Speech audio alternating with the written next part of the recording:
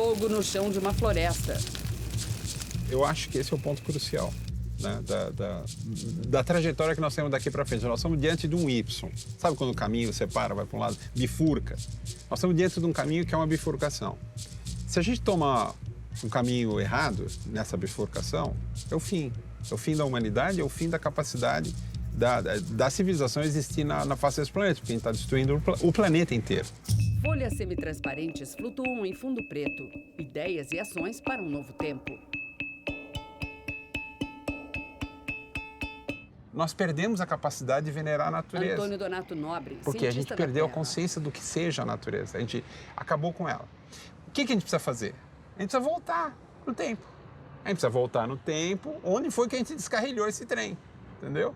E esse trem descarrilhou na Inquisição. Se a gente voltar 2000 anos para o passado, a gente vê que a Europa era toda ocupada por populações Enzo Romano que Tadei, reproduziam, de antropólogo. certa forma, uma relação com a natureza, que é a relação que a gente vê nas populações tradicionais brasileiras. Ou seja, a ideia de que a natureza ela possui, né, uma vida espiritual com a qual a gente se relaciona, que isso ordena o nosso mundo, né? O que acontece é que a expansão dos impérios europeus acaba, de certa forma, dizimando essas populações, né? E, na sequência, a expansão do cristianismo gera uma transformação profunda na espiritualidade europeia, no sentido, né, de transferir a dimensão mais fundamental da vida espiritual desse nosso nível material para um nível mais transcendente, né?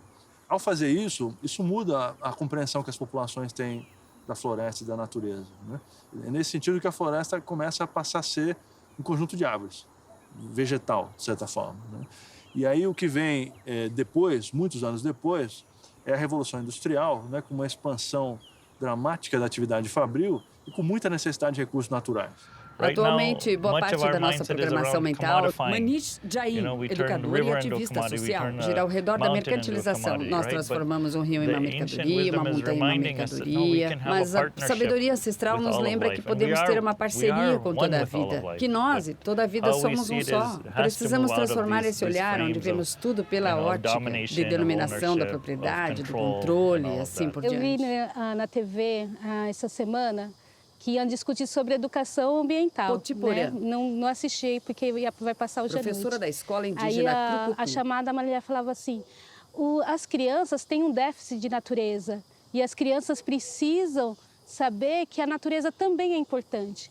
Aí eu achei assim, é estranho, porque isso é bem o conceito do Juruá.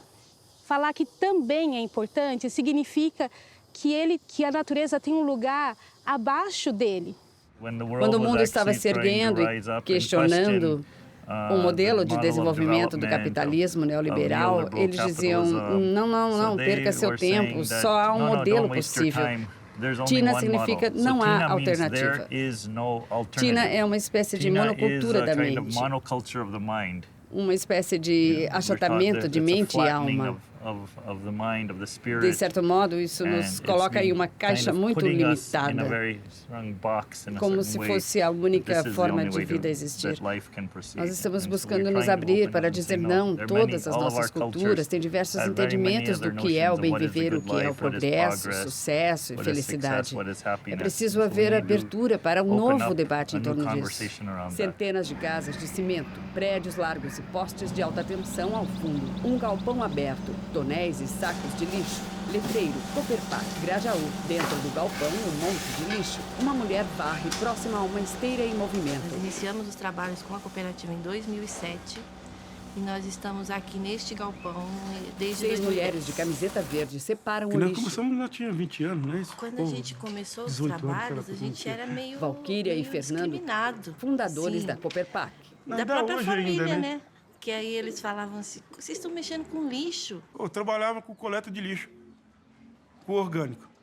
No orgânico eu nunca vi falar, a empresa que eu trabalhava nunca falou de reciclagem. Aí uma pessoa de fora me fala que vamos ficar na reciclagem. Não sei o que é isso, mas vamos. Bom que eu estou fazendo um serviço que vocês... Que ninguém quer fazer. Que vocês não prestaram atenção o que eu estou fazendo. Que um dia que vocês prestaram atenção, que vocês falam muito, a empresa está suja, fedendo, por que será? Será que é culpa de quem?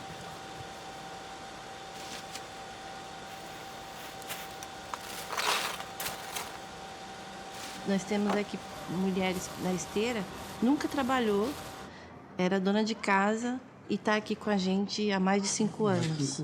É plástico que vai para reciclar, para o lixo, mas não é lixo, né? É um material reciclável, tem plástico, tem papel, tem vidro, tem revista, tem muita coisa aqui que aproveita, né? E tudo isso é reciclável.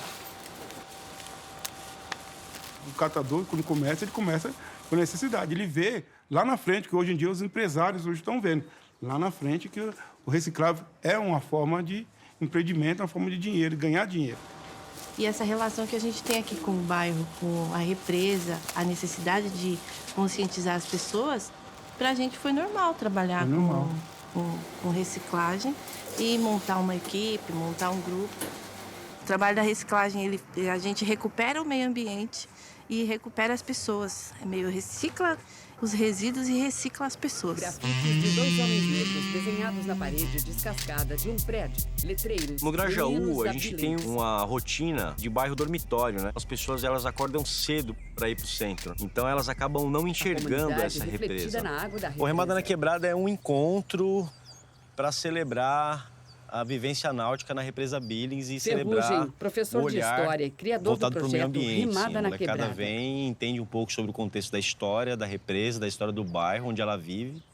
E a gente vai viver isso na prática, remando na represa, olhando a casa dele lá no meio da represa. Quando ele está dentro da represa, remando, praticando, ele começa a ter outro olhar. E ele volta totalmente diferente.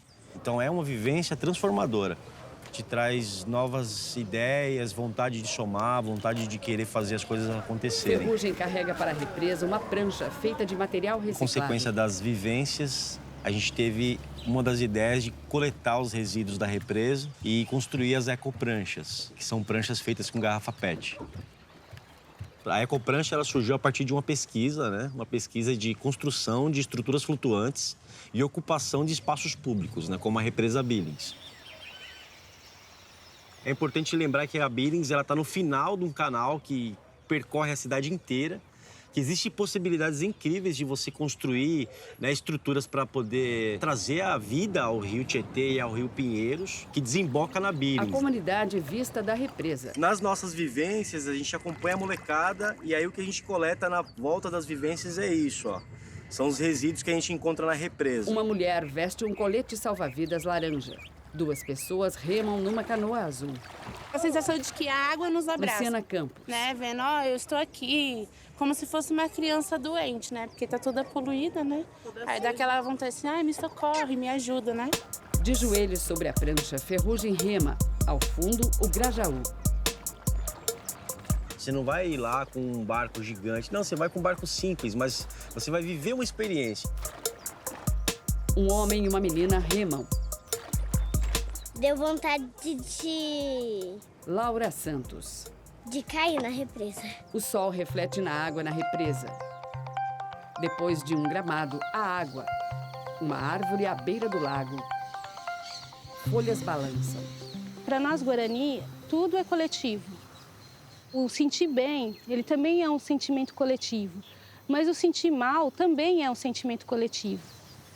O viver bem do Juruá é um viver bem financeiramente, né?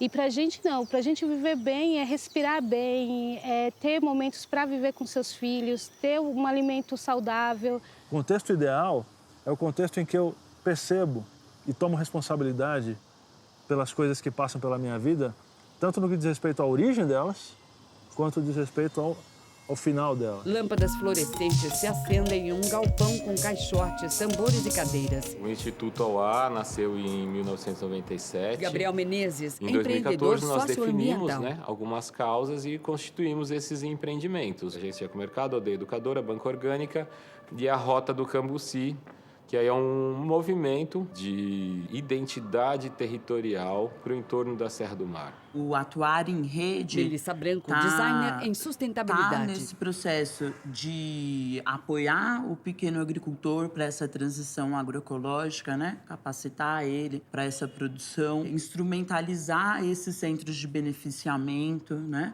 Apoiar essa logística aí de distribuição baseada num comércio justo, né?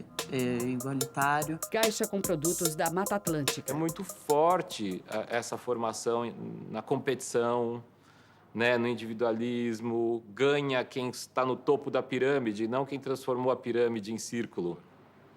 Então, toda a chave está na história do consumidor a partir do momento que a pessoa fala, eu me importo. É aí que a gente tem procurado dedicar mais esforços, tanto na conscientização quanto no acesso, né? As pessoas vão falar, muito legal, muito bonito, mas onde eu compro? E a função dessa estrutura aqui, desse galpão, é justamente viabilizar a logística para produtos sustentáveis dos biomas brasileiros, especialmente da Mata Atlântica. Então, aqui tem o Cambuci, né, nesse pacote padronizado, que a gente trabalha com os produtores. Isso aqui, por exemplo, é a uvaia. Então, uvaia, para quem não conhece, essa fruta amarela também bastante cítrica, ácida, bem gostosa. Tem também a polpa de cambuci. Então, a polpa de cambuci feita em parceria com essa indústria, mais fruta. Temos aqui polpa de jussara. Polpa de jussara. Essa é de uma cooperativa do Rio Grande do Sul, também que está estruturada, faz a polpa com certificado de orgânico, registro no mapa. Eles chamam de açaí jussara lá. A gente diz que quando eu ouço uma coisa, eu esqueço. Quando eu vejo, eu lembro. E quando eu experimento, eu aprendo. Que não tem nada melhor do que você comer um produto que você sabe de onde veio, né? No meio da mata, folhas, trepadeiras e uma flor vermelha.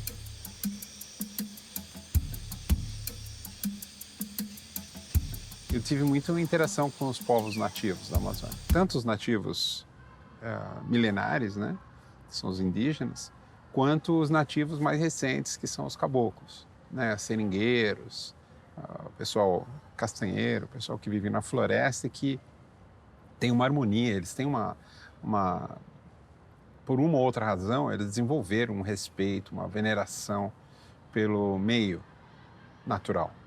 Então, o que a gente percebe é que essas populações, elas não são menos desenvolvidas, elas são desenvolvidas de maneira diferente, né? Então, enquanto a Europa decidiu colocar todo o seu investimento numa certa forma de desenvolvimento tecnológico, essas populações desenvolveram outro tipo de tecnologia. O sol brilha na floresta. A gente não pode se dar o luxo, né, de não escutar pessoas que comprovadamente têm uma capacidade de perceber o meio ambiente muito melhor que a gente. Maria Rodrigues dos Santos, o agricultora e agrônoma. Vamos dizer assim, quando ele vai à luta pela terra, ele já saiu da terra. Seus antepassados eram da terra.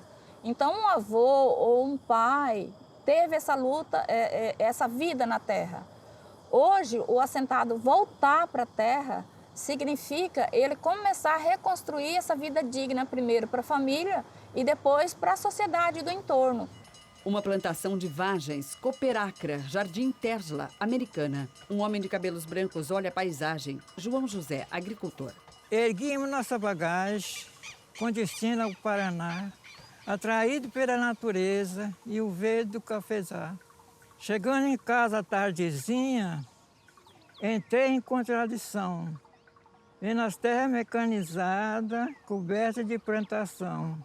E o trato da lavoura era veneno, passando de avião. Venceslau Meu pai, ele tinha dificuldade com essa questão do veneno. Porque ele trabalhou em culturas que usou muito veneno, ele teve problema. E ele falou, eu não quero mais isso para mim. E aí a família dele começou a ser atacada por essa questão da pulverização de veneno. Por avião, a gente acabou mudando para a cidade. Só que eu ia dormir à noite, eu acordava chorando, sentindo muita saudade, pois eu sou um homem do campo e estou morando na cidade. E aí ele solicitou na prefeitura de Americana aqui o espaço público para a produção de hortaliças, das coisas que ele conhecia. Foi uma luta para conseguir, né? Mas conseguimos essa área de terra onde a gente está trabalhando até hoje. Um agricultor de chapéu de palha colhe cenouras. No começo a gente pensou em plantar alguma coisa para sustentação. Então era milho e feijão e arroz. Depois, com o tempo, a gente acabou migrando para outras culturas. E que deu certo, né? A produção de hortaliça é giro rápido, é mais sustentável, dá mais retorno para os produtores que não tem nenhuma fonte de renda a não ser produção. Uma horta com mais de 10 canteiros de hortaliças. O que a gente descobriu ultimamente é o sistema agroflorestal, que é uma possibilidade da gente ampliar a diversidade de produção no mesmo espaço. Isso aqui que dá a certeza que a gente consegue produzir sem usar esses produtos violentos aí que o pessoal está comprando. O Brasil, volta e meia, está importando produto que já não está sendo mais usado em outros países, né? A gente fica triste com isso, porque a gente consegue produzir sem usar esses produtos químicos aí.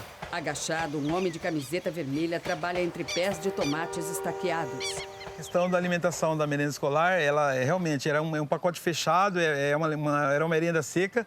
O pessoal só oferecia pão, salsicha e bolacha. Com o programa, né, da merenda escolar agora com a agricultura familiar, né, eu vejo que foi uma boa iniciativa e onde os costumes alimentares também mudaram. É gratificante demais. Claudete Lúcio, agricultura. E só de você saber que você está transmitindo para as crianças das escolas um alimento saudável é muito bom. A gente recebe o sol que clareia esse mundo, tem as estrelas, a lua, tem a natureza que Deus deu. Por que desobedecer essa natureza? O sol brilha dentro da floresta, onde está uma aranha verde em sua teia. Eu já vi essas culturas ancestrais bastante vivas, de muitas maneiras. Na Índia, as coisas não são bem assim lineares. Ancestral está no passado, e aí é o presente, o futuro, sem essa noção linear de temporalidade. A ancestralidade está bastante presente conosco em nossas vidas, assim como o futuro. Nós vivemos todas essas coisas de modo circular. A nossa saúde mental e a nossa saúde física não está separada da saúde da natureza, da saúde do planeta Terra, da terra que está ao nosso redor. O nosso bem viver não está separado do bem viver dos animais, do bem viver das plantas. Então, tudo isso é integrado e é um equilíbrio. Penso que há outro aspecto disso, que é essa conexão com o universo desconhecido.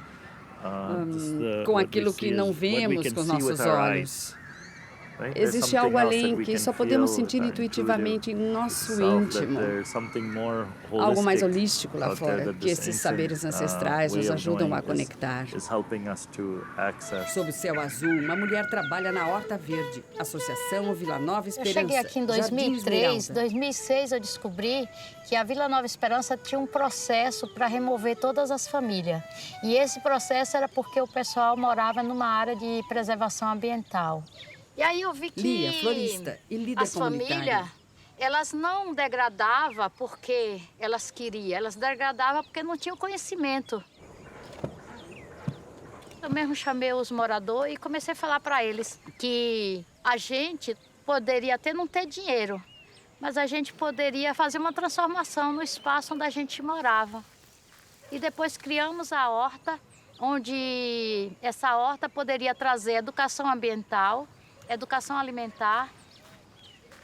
Logo quando a gente começou essa horta aqui, com as próprias crianças da Vila Nova Esperança, a gente ensinou a elas a trabalhar com a terra e como plantar. Elas chegaram nas escolas delas mesmas e falaram com os professores e eles criaram horta dentro da escola. Então isso para mim foi incrível. Aqui tem repolho, esse aqui é repolho, esse aqui é couve e aqui é hortelã, que a gente também tem planta medicinal. Aqui é um manjericão, um tipo de manjericão. Aqui é o endo. As plantas, ela também sente igual a gente. Não adianta eu chegar lá, hoje eu vou, planto isso aqui e esqueço dela. Eu tenho que estar cuidando, molhando, conversando com ela, porque ela te ouve. E você também ouve a planta. Depende só de você prestar atenção, porque ela fala com você. A composteira. Lia recolhe folhas de couve. Faz assim, essas que for tirando para composteira, já vou ponhando para cá, ó. Esse aqui vai para composteira. Aí bota no cantinho aí e depois leva. A gente aprende junto, a gente tem um coletivo que tem seu Zé, tem seu Inácio, tem a Maria, cada um veio do Pernambuco, outro veio da Bahia, e cada um tem um aprendizado que trouxe da sua raiz, das suas famílias. Na horta, o sol atravessa ramos e folhas. José Antônio de Souza. O seguinte, aqui a terra na horta tem que ter amor naquilo que tá fazendo, entendeu? Carinho, que isso aqui é fazer como outro, é igual a criança, entendeu? Tem que ter maior cuidado, entendeu? Saber o que tá fazendo. Aí é que ainda é mais gostoso, né? Que não tem veneno, não é igual você comprar no mercado, que é tudo no veneno. E aqui não, aqui é natural, né? Você vê aí, ó. Pode pegar e fazer a salada, que é a coisa mais gostosa do mundo, entendeu? Tem pessoas que vêm com outros conhecimentos e traz para nós. A gente também vai nas comunidades de outras pessoas, leva um pouco do nosso conhecimento. O grande da coisa é essa rede, essa união. Aqui transforma as pessoas. Plantas crescem em vasos dentro de uma estufa transparente. Muito importante ter esse legado, né, dos nossos tradicionais, dos nossos avós, para lidar com a agricultura, porque eles lidavam com a agricultura com mais vínculo à natureza, com mais amor à natureza, com mais, vamos dizer assim, com menos veneno, né? Com menos morte, com menos monocultura, né? Uma pesquisa sugere o seguinte, que os sítios arqueológicos e as castanheiras, castanheira é uma das principais aves da Amazônia, né? Eles estão muito próximos uns dos outros, de maneira sistemática. Isso sugere que provavelmente os indígenas do passado tiveram um papel determinante na distribuição espacial das castanheiras da floresta. Se isso for verdade, o que isso está dizendo para a gente é que a floresta é uma imensa horta, né? Um imenso jardim cultivado ao longo de milhares de anos, né? A gente precisa fazer uma união como nunca fizemos entre a racionalidade científica, que está tirando a foto do desastre, vamos dizer assim, e a capacidade de quem tem a sensibilidade e a criatividade para captar essa mensagem e validar ela em diversas formas, como, por exemplo, com os povos nativos, que aí se dá a perspectiva do tempo, né, de milhares de anos de sabedoria, e jogar isso para a sociedade sem incriminação, mas com várias capacidades de tocar na sensibilidade das pessoas. Quando você tem uma conexão com as pessoas, quando o coração está se expandindo e se sentindo parte de algo, parte de um processo mais amplo de vida, um propósito maior para a vida, aí penso que há uma energia diferente para este movimento. Hoje a gente não precisava derrubar mais nenhuma árvore, nenhuma floresta do mundo, ao contrário, podíamos replantar. A tecnologia permite produzir 2, 3, 4 vezes mais do que se produz hoje em metade da área que a gente ocupa hoje. Então você pode desenvolver o que a gente chama, em inglês, Global Commons, que é os bens globais comuns. A água, o ar, a temperatura, o clima, a biodiversidade, tudo isso é perfeitamente... Não existe uma incompatibilidade entre essas coisas. Elas são totalmente compatíveis e demonstrado. Agora, o que é a frustração? A frustração é que a única coisa que não é demonstrável é o bom senso entrar na cabeça de quem domina o poder. Da mesma maneira como nenhuma monocultura favorece a biodiversidade, a monocultura de ideias também não favorece nada. Ou seja, não existe uma solução para todos os problemas. O que existe é a combinação de ideias diferentes, né? de energias diferentes, de compreensões da realidade diferentes. Então, nesse sentido, o primeiro ponto fundamental é a abertura. Nós gostamos de dizer que não viemos a este planeta para competirmos uns com os outros. Nós viemos para completarmos uns aos outros. Iluminadas pelo sol, folhas verdes balançam suavemente.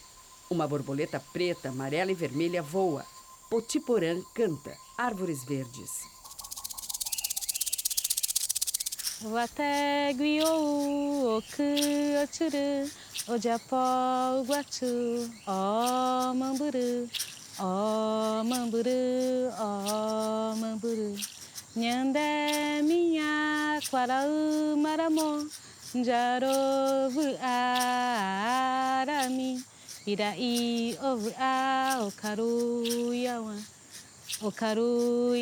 No céu azul, sobre a represa, créditos finais. Produção Hora Mágica Filmes. Realização Sesc.